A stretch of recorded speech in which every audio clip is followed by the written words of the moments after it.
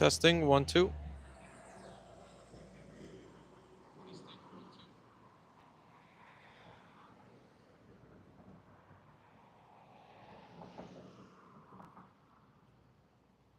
All right, just getting the microphone set up here. Bear with me just a moment.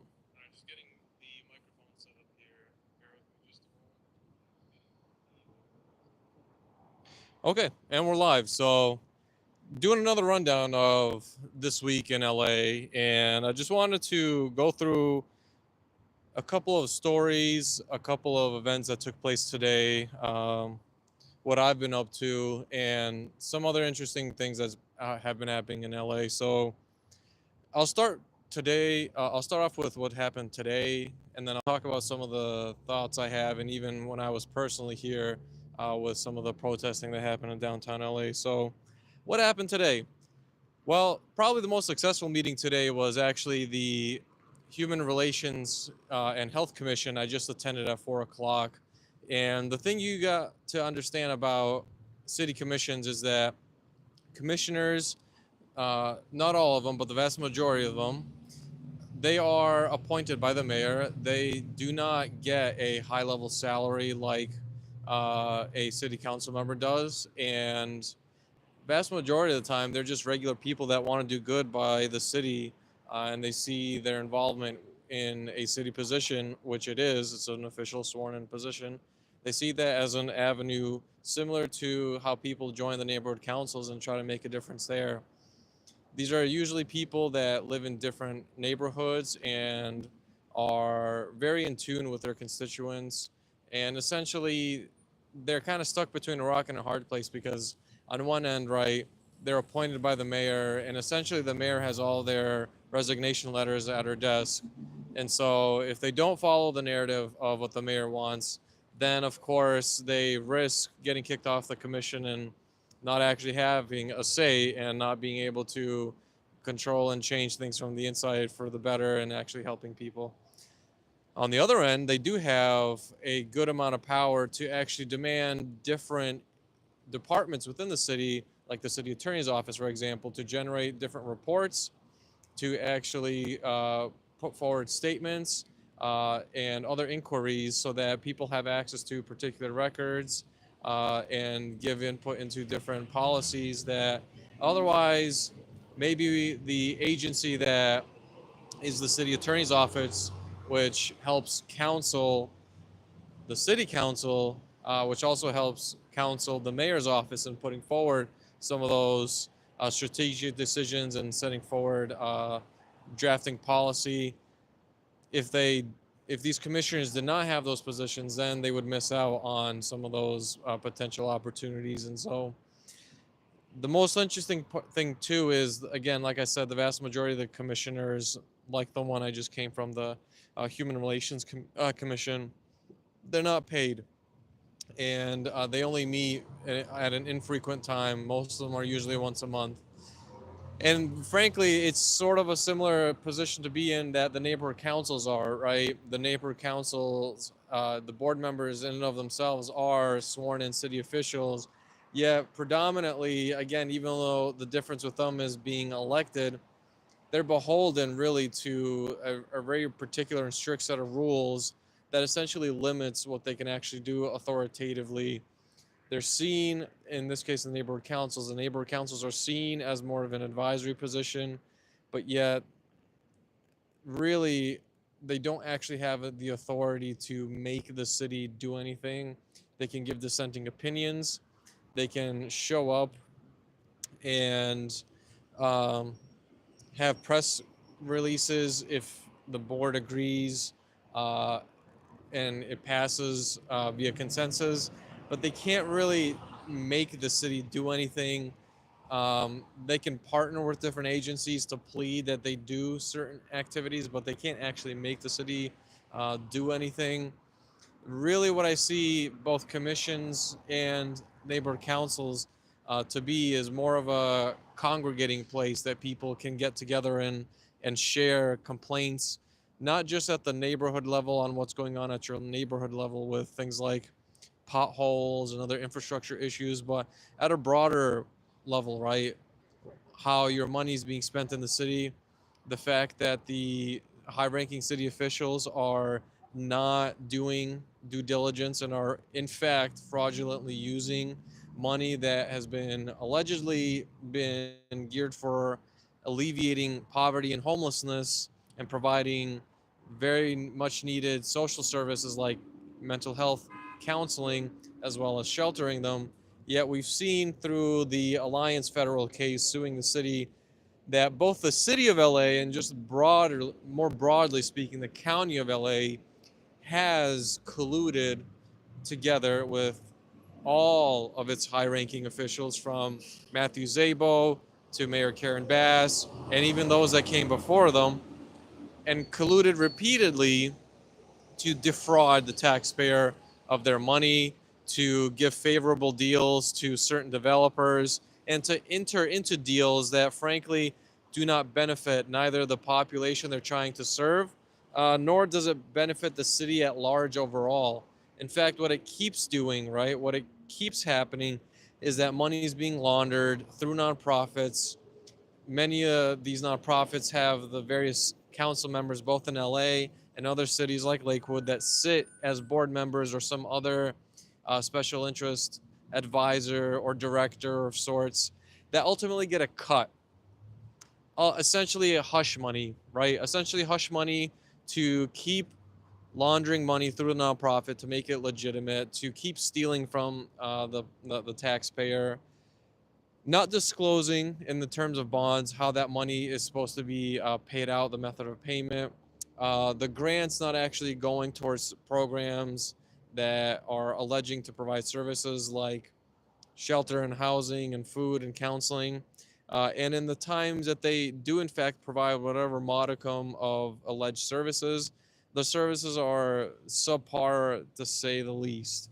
I mean, we're talking about the total non-existence of services, or we're talking about people who are being placed as hotel managers for some of these hotel motel scenarios that have zero training in how to deal with diverse populations that have a plethora of needs, and the environment itself doesn't actually help capture the whole profile of people that have special needs, and it does not help put them into particular environments where they can actually get the help they need and at a pace that best suits them, where clearly, right, different populations have different needs, and the magnitude and the frequency of those needs, and that's just simply not being taken into account. Matthew Zabo himself, as well as many other deputies, testified to as such.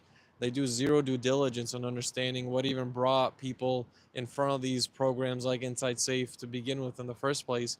And if you don't know, and if you do zero diligence to actually understand, right, to actually understand how people even got to that situation in the first place, and you're just going to try to offer services willy-nilly that don't meet their needs, that have nothing to do with what particular situation they're in, then how could you possibly serve any of these people, right? How could you possibly ever make a lasting impression? How could you possibly ever actually claim to be helping people? How could you possibly ever make any sort of dent in alleviating homelessness and alleviating poverty and getting people off of the streets, not just temporarily, but for the long term?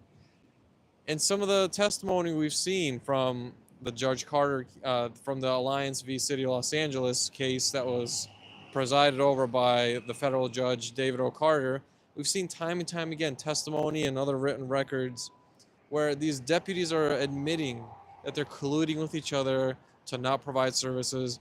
They know they're doing so. They know there's issues at the systemic level that are predominantly at hand at causing people to be homeless, and they understand that there are good practices to take into account when you are um, trying to keep your books straight on what services you have paid for and whether those professionals claiming to execute those services are competent at all.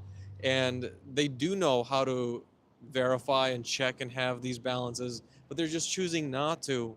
And that's you need to understand. It's not the mere act of the fraud, it's the fact that it's known and it's deliberate and it's long-standing, and particularly the lack of the prosecution of all the city officials that have enacted and engaged in this. And of course, at the helm of it all, right, who is serving as the legal counsel for the city in all these contract negotiations? Who is the one that sits at the table when a developer comes and tells the city, we want XYZ permits, we want to do XYZ things in this area, here's what we're looking to charge, here's the types of return we're looking to get. Of course, the only possible agency that could be for the city of Los Angeles is, of course, the city attorney's office. They are the legal counsel for the city. They are in all those contract negotiations, in all of those private closed session meetings. They're they are the body that oversees every bit of correspondence.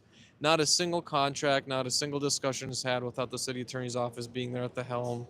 And that's really the scary part in all this. I think, Herman and Wayne, myself and George do a good job many times poking fun at how ridiculous all of this is. But you got to understand that this is true criminality that we're witnessing. This is really dangerous behavior that, again, isn't really unique to just Heidi's tenure in office. This has been a long-standing thing with pretty much every city attorney. The only difference this time around is that it's coming to a peak. It has come to a peak, and people are speaking out about it. I've got several people who have shared stories that do such a great job of linking video and written records of people who are homeless, who were told repeatedly would get certain amenities like a shelter and food and other services, never got them as a result of the alliance, the roadmap agreement, and the Inside Safe programs. Yet money is constantly being thrown at these programs. Money is constantly being burned. There's no oversight or transparency to the any of the spending. And in fact, some of the testimony yet again was literally such that they are not keeping a list of expenditures, basic basic ledgering, right? Basic ledgering and tracking of expenditures. They're just not doing so. They have poorly and or zero defined terms like what is a bed, what constitutes as a bed, what is a unit, what sort of standard pricing they're trying to go for, the basis for that pricing, the return on investment for some of these developers, and the terms and conditions for some of these master leasing agreements. I mean, it's quite literally the wild, wild west. And so that was essentially some of the public comment I gave over at the Health Commission. And I explained to them, listen, that there's people like myself who are reporting on these matters and are being prosecuted by the city attorney's office and have quite literally a target on our head for having the audacity to speak the truth, having the audacity to go against the narrative of some of these big agencies like KTLA 5 and others that don't want, or frankly don't even care to know, care to want, or even know at all what's actually going on behind the scenes with this federal case, with this homelessness fraud, with all the nonsense that the city council members of Los Angeles and all across LA County knowingly, willingly, and deliberately keep aiding and abetting the laundering and fraudulent misuse of money geared for homelessness initiatives, amongst other programs, right? I mean, it's not the only one, but it's quite a large one because it involves real estate deals, and not just of the 1 or 2 year, but it involves real estate deals over decades, right? Matthew Zabo was talking about a 55-year-long deal that they were doing where one of the things would be a guaranteed rate of investment on that property that was being given to a developer. So what's the basis for that return on investment? And how is that interest rate guaranteed? What's the equation that was used, right? What's the equation that was used to guarantee that certain percentage? And what happens if the city can't deliver that percentage in cash? What sort of in-kind payment are they going to provide to these developers?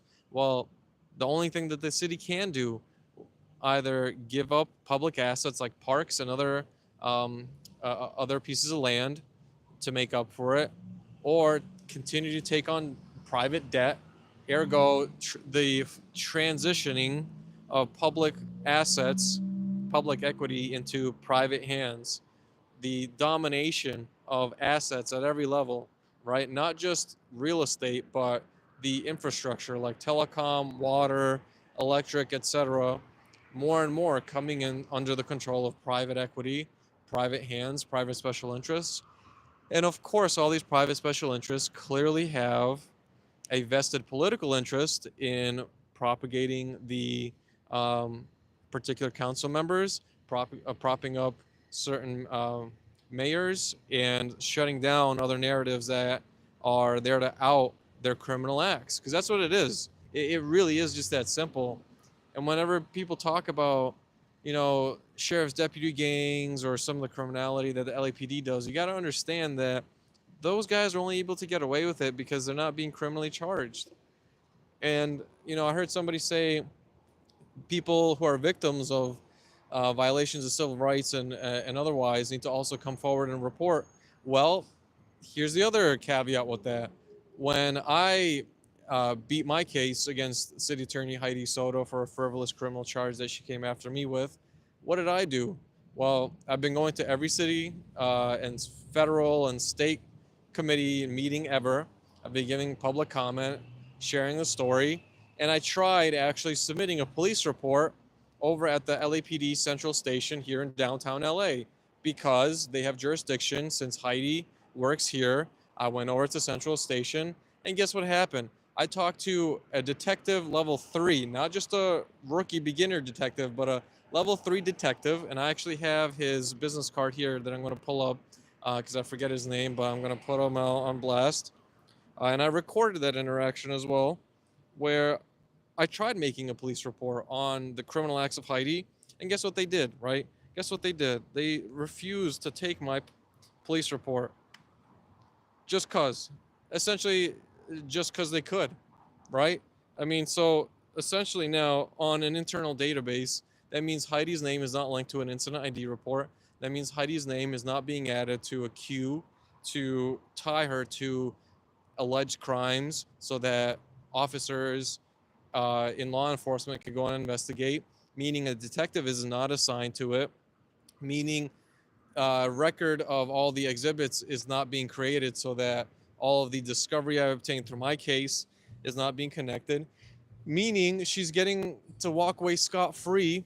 And that's the problem here, right? So this whole nonsense that victims aren't coming forward, even when somebody is as resilient, is as tenacious, is as absolutely on top of things as I am, there's all these deliberate and intentional roadblocks that are put up along the way to force you to not, right? Literally in this case, we had, we had Detective Quintanilla, serial number 37452. Detective rank 3. You can go on Watch the Watchers and see how much he makes. This dude's making bank, and he's this moron is saying that he won't take my police report. I mean, this is kind of scumbags that you have, right? And it doesn't end there. You have two other lieutenants that he deliberated with, and all came to this corrupt decision to not take my police report. They're supposed to take the police report, and that's the power that we, the people, have. That is a public complaint that we're making and filing our grievances with our government. That is a constitutional right, and they're denying me a very simple and basic constitutional right. And if they're willing to go to that extent to do this nonsense with somebody like myself, what do you think they're going to do with somebody else? So we have Lieutenant Matthews, serial number 30400, that also did the same nonsense. Then you have Lieutenant Stetter, serial number 35831, that also colluded with Quintanilla in denying me the submission of a police report. This is the real story of LA. And it's frankly quite sad and pathetic when LA Times or any other reporters aren't really covering this true story. The problem at hand is a major crisis and fraudulent and deliberate misuse and cover up of budgets, the real budgets, and the deliberate and repeated act of denying transparency, accountability, and oversight into these budgets. Always follow the money and always understand, right? How is the money being planned out to be used and how is it actually used? You have short goals over annual fiscal years, that LA does with its planning.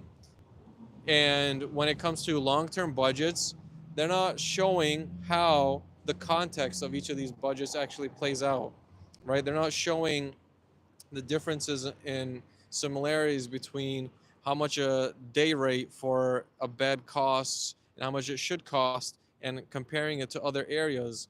Why is it that you have such drastically different day rates for a bed, meaning how much it would cost for somebody to be sheltered in a bed in downtown LA versus Hollywood versus any other city in LA proper? Uh, and how does that price compare to other cities like Lakewood? Well, wouldn't you know it, those prices are pretty standard across the board. You're seeing prices all the way in Lakewood that match exactly what's going on in downtown in LA. Well, how the hell could that possibly be? The two areas are so drastically different, and yet this is exactly why that's happening. This is the context to fill in those gaps as to why it's happening.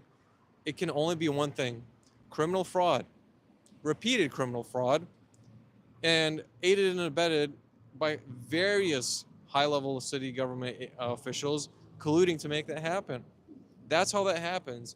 That's why you're seeing the homelessness population continue to spike, yet more and more of tax dollars are being utterly burned at the stake for these alleged homelessness alleviation and sheltering programs.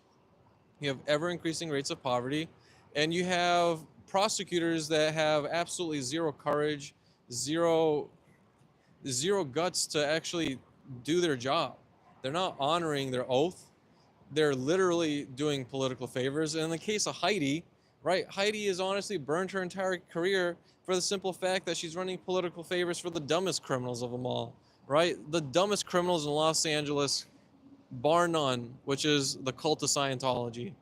Bar none, some of the dumbest criminals I've ever seen in my entire life. And likely, I would dare say, the dumbest criminal enterprise in LA is the Church of Scientology, the cult of Scientology, really.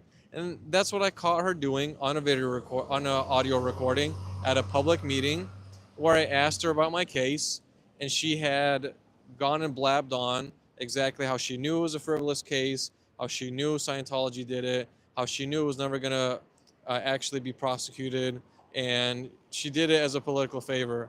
Of all the things that you can use the city money on, right? Of all the things that your deputies could be assigned to actually help combat real crime, this is what Heidi chooses to do with her office. This is what Heidi chooses to do with her power. And it's utterly disgusting, right? Absolutely disgusting. And this is what she does time and time and time and time and time again. This is the real face of Heidi Soto, right? The city attorney is the gang leader of LA City. Without the city attorney giving their blessing for all this other crime to happen, you cannot have criminals running amok. If they're charged, just like LAPD cops who do bad stuff are actually charged and prosecuted, you would not see as much bad behavior. Similarly, at the LAPD, I submitted complaints with Sergeant Lee Perry just here at the downtown headquarters station against 5 of the officers that were involved in my case. I still haven't received my CF numbers for the complaints on those officers.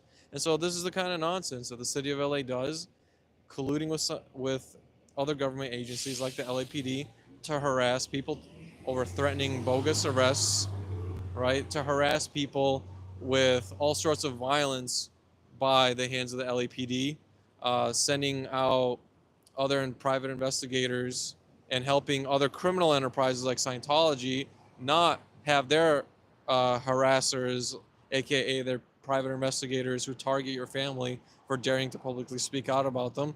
They're not protecting any of the reporters. They're not protecting activists. They don't care unless you're one of their political cronies, including the commissioners, right? The commissioners are in the same position. People think that just having that city badge means that you're safe, but it really doesn't. It's actually the opposite. Having that city badge means that you and your family forever and permanent, and all your extended family members are permanently marked, right? Permanently marked. Should you ever dare say anything counter to the narrative of what the city has, of what its current officials have, you will be chased after. You will be prosecuted. They will be relentless. They will not give up.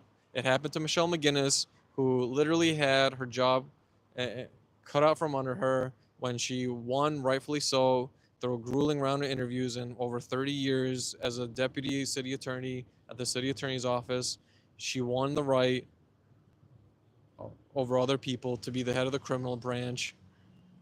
And yet, in her time thereafter, as the head of the criminal branch, Michelle McGuinness found very clear patterns of malicious and selective prosecution by Heidi Soto of people that dared publicly criticize her political allies. And so when Michelle went public with that, what did she do? Well, Heidi fired her. She fired her, and, for retaliation, for being a whistleblower. And so this is who Heidi is. This is the real story of Los Angeles. This is why the city is in the current state it is. And it's the reason why the city is such a mess right now. People can say it's the current mayor, but it really isn't. Okay, it really isn't. As much as I dislike Bass, that's just not the case. It got worse, but it doesn't mean that Bass was the foundation of it all. It wasn't. I'm not excusing what Bass has done, but it's not at all the foundation. Okay, and you have cowards at the city attorney's office. You have cowards at the DA's office. You have also cowards at the U.S. attorney's office, and they don't prosecute these guys. But instead of what they do is they prosecute, some of their peons like Weezar, and you catch them on, $2-3 million of fraud, and you use that as a shining example of, hey, look, we caught the bad guys. When really those are just the lackeys that they threw under the bus. That was it. They didn't capture anybody else. They didn't prosecute anybody else, and that's the problem. Time and time again, that's the problem. The testimony at the federal case in and of itself was extremely damning. Each and every one of those guys should be individually charged, and yet this is the problem, right? This is the problem that I'm talking about. And so, just because you have a set of laws written in the books that is the law, and people violate the law, it means nothing if you're never going to actually charge them with violations of the law. A law doesn't mean anything if you never enforce it. This is going to the whole etymology of what is a law. And I mean, does it really even exist at that point if there's zero enforcement of it? I would argue not. And the last thing I want to, the next thing I wanted to talk about is, so something else that happened today is there was another commission meeting with the claims board. So the claims board is the one that oversees lawsuits against the city. And they see how to handle those lawsuits. So a lot of what you'll see presented at that claims board are people that slip and fall on, public sidewalks, or their cars get damaged as a result of potholes. I made my public comment there and explained all the fraudulent crap that Heidi, the city, is doing with colluding with the LAPD and Scientology. I gave them all my letters of complaint. They're officially on notice. And again, my thing here is not to try to prosecute the city.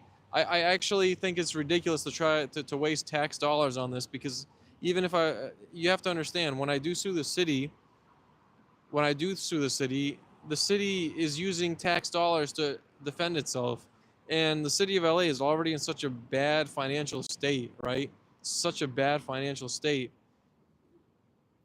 It shouldn't be that the city has to use tax dollars to defend against the criminal acts of particular corrupt city officials. It should be the case that those city officials should have to pony up the money and be dragged into court for the criminal behavior that they've done.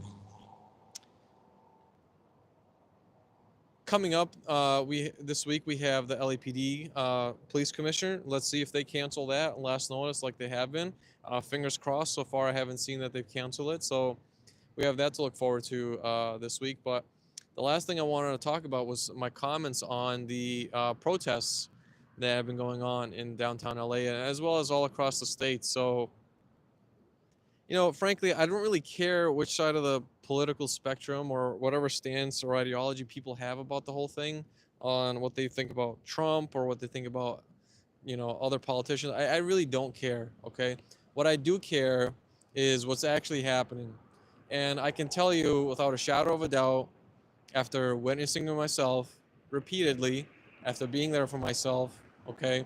What I can tell you is that while there have been some idiots, now that there's actual law enforcement present here, while there have been some idiots that have done dumb stuff, the level of idiocracy has not been anywhere near as high as it was prior to when they ever had any sort of police response.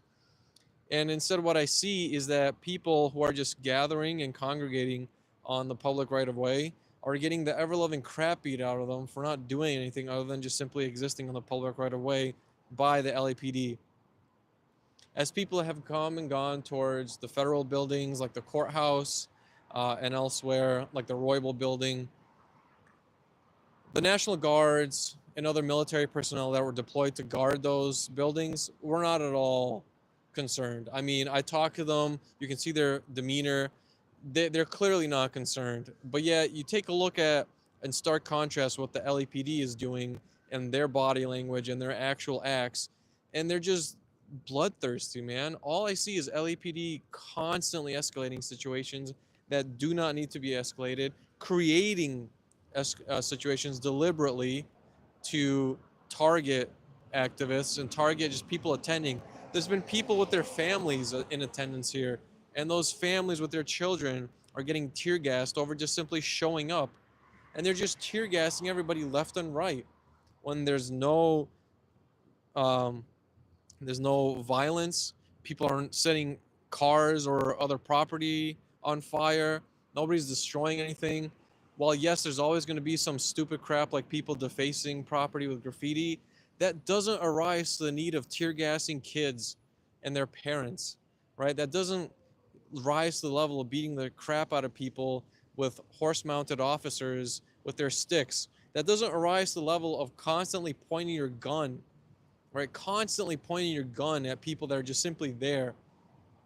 The people that are showing up as part of the members of the public are unarmed, okay?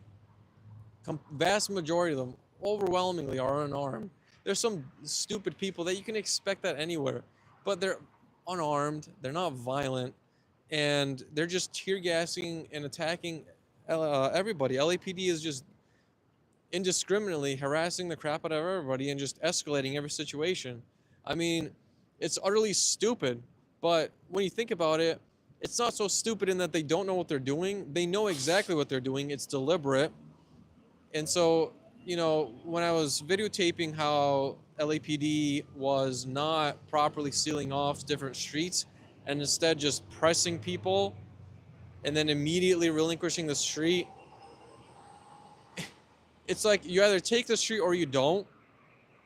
And you have to give people a chance to disperse. You can't just immediately jump from zero to physical violence. That's what I've seen time and time again.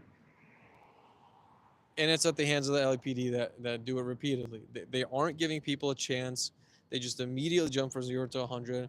And the narrative that I keep seeing from idiots like KTLA, and I literally listened to them actually over at that street corner there, where they're pushing this narrative that people are looting and rioting and pillaging, and that's just not true. Okay, that's just not true. There's maybe a very small percentage that are being morons, that are being absolute morons, but it's not rising to what levels they're making it seem out to be. They're making it seem out to be as if all these different buildings are simultaneously on fire. That's just not true. Okay, it's really just not true. It really isn't. And so this constant fear mongering perpetuated by organizations like KTLA, first of all, they're idiots. They're not even in most of these places to actually record. They show up long after the fact and in peaceful sections of the street, and yet they fail to cover the fact that people are getting tear gas with their kids for no reason. For no reason, left and right, all day long. And every situation constantly being escalated by the LAPD. But they don't cover that, right? They don't cover that. And so it makes it seem like this fear-mongering narrative that idiots like the KTLA 5 are saying is the only narrative. And it's just not true. So that's my thoughts on the protests. By and large, what I've seen ever since there was a police presence is they're peaceful, and the only people who are really escalating to violence are the LAPD and it's totally unjustified, and it's utterly disgusting. And so I don't really care which way people have a political opinion on different politicians. I'm not really there for that. I'm here to document the fact that you have the state, the government, constantly creating uh, false dichotomies, right? Protesters bad, government and police good, and false narratives that protesters are looting and rioting, but they're not. It's LAPD beating the crap out of people left, right, and center. I got I got tear gassed several times. I got pelted with less lethal. It's just ridiculous. It's utterly ridiculous for doing nothing more than just being there with a camera. So that's all I got for you guys. I'm gonna see if anybody has any comments. If not, I'm gonna call it a day, and I'll go from there.